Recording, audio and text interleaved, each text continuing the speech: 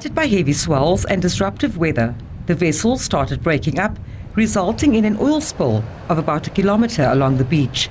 Some 8 tons of marine gas oil have already been removed from the vessel. The South African Maritime Safety Authority says inclement weather has made it difficult to reach the starboard fuel tankers. The team is still on board there. We're still trying to obviously secure whatever remaining fuel is on board the vessel because we don't know exactly how much is remaining.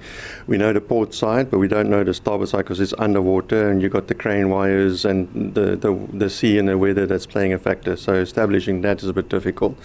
But the team is still going on. So the plan is still to remove the oil from whatever we find on board the vessel.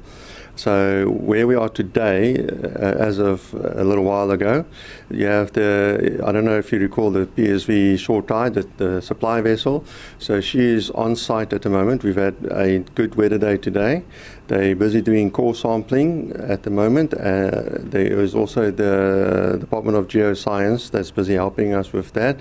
We are continuing with the soil sampling as well, so we can establish the sea bottom, and so we're doing that. And cleanup operations on the beach is still carrying on because there's always a recharge of oil. Salvos are busy with preparations to pump out any remaining oil.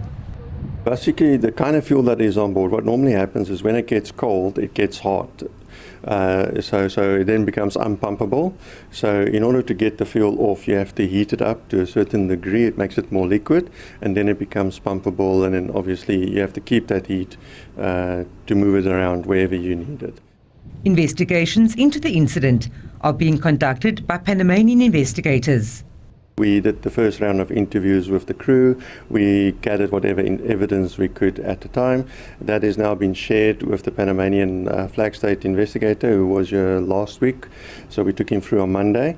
And obviously what they'll do is they'll finalize the report because they'll have additional information from the Philippine interviews that they've done, which they will share with us.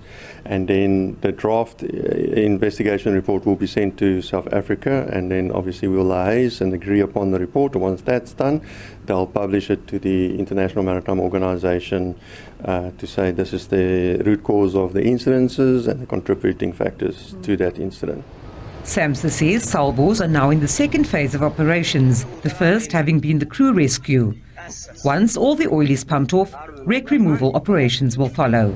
The Maritime Safety Authority says besides the oil washing up on the beach over a distance of about a kilometre, no other environmental impacts have been recorded to date. Vanessa Puna, SABC News, Cape Town.